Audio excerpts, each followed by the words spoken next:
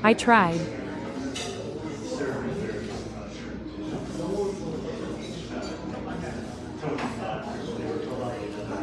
This is my dinner.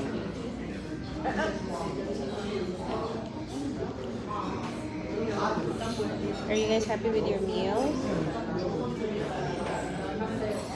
So next time, when you... Si Zino kasi pwede na namin dalhin yun. Sa Zala Bistro, kasi kumakain sa Zala talaga. Kasi she eats vegetables. And my condition is, if you go there, you have to at least eat whatever's on your plate.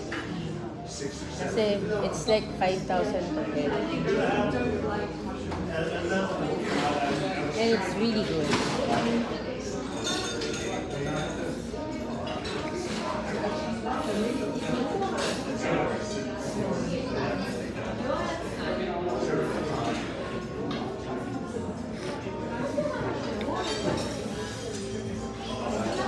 So how was the pouch to that you